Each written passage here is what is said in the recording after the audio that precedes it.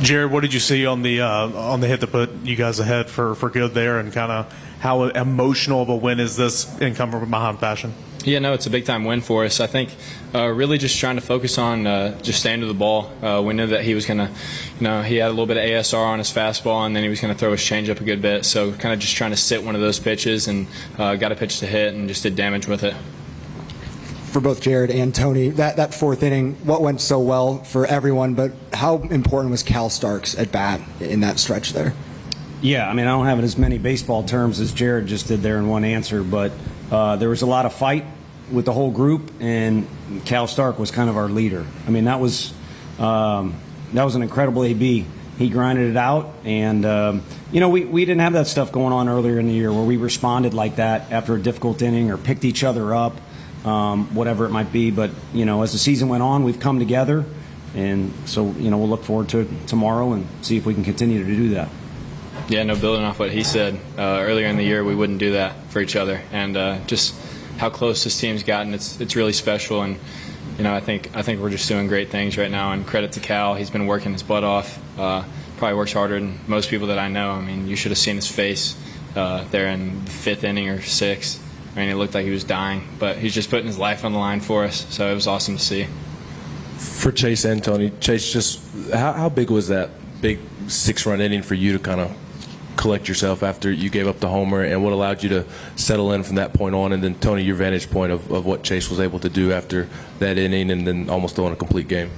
Yeah, for sure. I mean, it definitely calmed me down a lot, just knowing that these guys have my back behind me. And, Zane made that diving play in that same inning, and he's like, I got you. So I just started throwing more strikes, just started attacking hitters the way I needed to, and things just started to take off for me, which is really good. Yeah, I think we would like to delete one pitch from that inning, but otherwise, he was doing what he needed to do. He was going up against good competition, and they had a couple things work together for him, so it made for a difficult inning.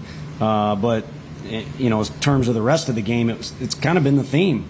I mean, it's why I think he's going to be so good in pro ball, is the reps add up in pro ball. And as he kind of gets in a rhythm when he's pitching for us, he's been really good all year long. Tony, we've asked you about Blake a lot over the last month or so, and you talked last week about how his process was better, but just how good was it to see him deliver those two big hits, and what went right for him in those at-bats? Yeah, well, he earned a Dairy Queen birthday cake. It's his birthday, and I just stand by the thing we talked about in Knoxville. The position he's in to hit kind of dictates the result of how it's going to go. And you may hit a ball hard and not get a hit out of it, or you might foul pitch off, whatever it might be. But if you had a predictor on his at bats, when he's in a good position to hit, really good things happen. And he's facing it's a tough look there for him. Obviously, a difficult pitcher to face. But kind of like Cal, got determined, if I'm not mistaken, with 2 strikes and really got into his legs, and it made the difference on that particular pitch. Chase, Tony, why do you think it's so important for the rhythm as well as the resiliency of you guys after the 4th inning? Yeah, I think you have to show, whether it's runs or not, you have to show that you're in the fight. And this is an emotional deal for kids. It's why they, and we kind of act like kids too as coaches. So maybe, we get too much leeway. But I think you got to give everybody a little bit of benefit of the doubt with their emotions, whether they're near a dugout or the other or on the field, because there's so much going on. But if you get beat down, you get beat down, you get beat down, it's hard to have positive vibes or positive emotions. So to respond in a way to that, challenging inning where he gets a breather, first of all, but also just to show that we're truly in the fight was really important. And in the first game, we did that to start the day. And, Storm was so good, we couldn't finish the job. But that mentality and that approach made it a winning day for us. Yeah, just kind of going based off of what he said, just knowing that this team can come back from something like that just builds a lot of confidence for us, and like you said, builds that resiliency in us. And I feel like that's going to help us a lot down the road. I know we don't have much more to go, but just being able to have that knowledge of what we need to do and how we need to do it is just huge for us. Kind of following up on the emotions, Tony, how high were they running? Especially, it looked like some back and forth with the home plate ump and Frank and him talking and things like. Was it getting a little out of control at that point, and how did you kind of corral that?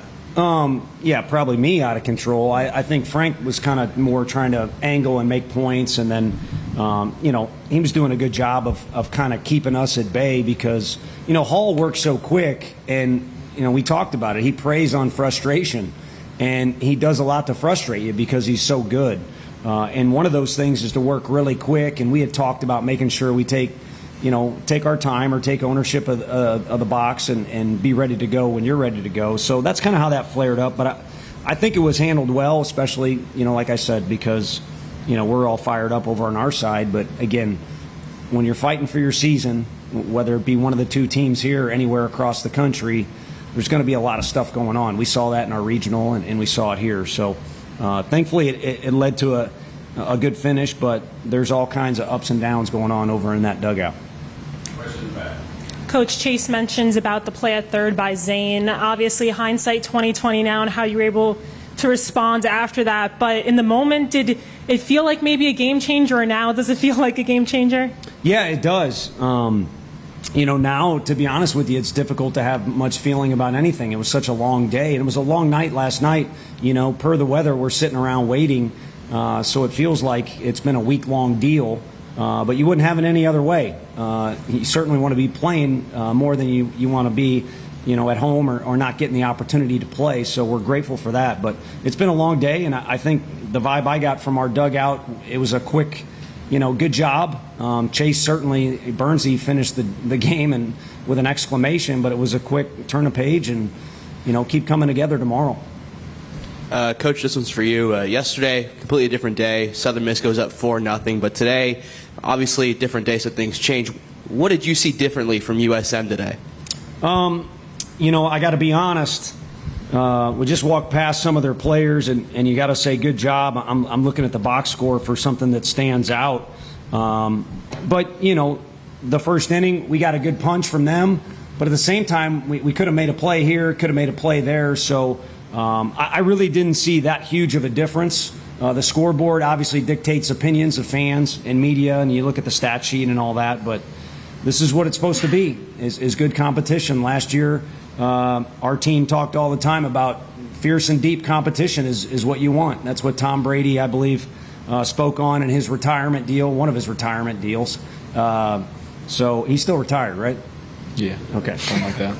Final three questions right here. Yeah, Jared, your two-strike approach, are you shortening up more now than you did early in the season, or has anything changed there for you? I'm not going to lie to you guys. That last at-bat where I did it, I was kind of just trying something because I couldn't pick up the ball from that guy. Yeah, I don't even know. I don't know if I'll do it tomorrow or not. I guess I'll talk to him about it. Doing that before that key hit the fourth there, or you got it short at that point? Oh, no, I wouldn't have short at that point. Honesty is the best policy, I guess. Absolutely. Tony, Burke's home run's one of the longest I've ever seen hit here, one hop the church. I don't want to sound like a stupid question, but how big was it at that time in the game? Well, they say in school, I didn't pay attention that much, but every question's a good question. I think, it's kind of like a basketball game. 2 points is 2 points.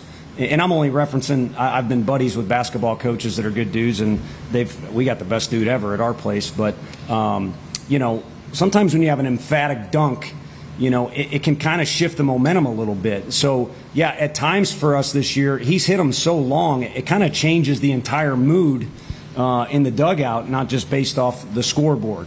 Now, for today, I think it was just, again, to make sure we got something on the board. And, we knew we were facing that guy. Come on, everybody in the park knows he's one of their best guys because they got a lot of good pitchers. But you got your work cut out for you when you're facing that guy. And you never know. It could turn into a frustrating day where you're hitting some balls hard like Hunter Inslee did early in the game. But you'd like something to show for it. And he gave us something to show for it. And, yeah, it did have a little extra to it, which was great. But that's something we've seen out of him since Grand Canyon. If you've ever been to that school, you're sitting him in a parking garage. So he's capable of doing that, again, when he uses his best swing. Question. Tony, Jared just has 2 hits so far this weekend, but both 2 outs, 2 strike, RBI hits. Why is he able to deliver in those clutch moments when he's maybe not at his best? You want to chime in or not? To me, to not sound too corny, Jared Dickey's always at his best. an interesting beginning to our relationship in his time on campus. And ever since then, every day is an incredible day to be around Jared Dickey. And I'd say it whether he's sitting here or not. And maybe, again, parallel to our team. In August, it wasn't a fun team to be around. It was awkward. And there was a lot of space between the players and the coaches, the players and the players, even the players and the managers on a couple of occasions. And since then, we've been coming together. And again, I think the cool thing about these guys, it was an emotional win, but there was a quick reflection on it, and then move forward to tomorrow and give us another day so we can try and come together a little bit more.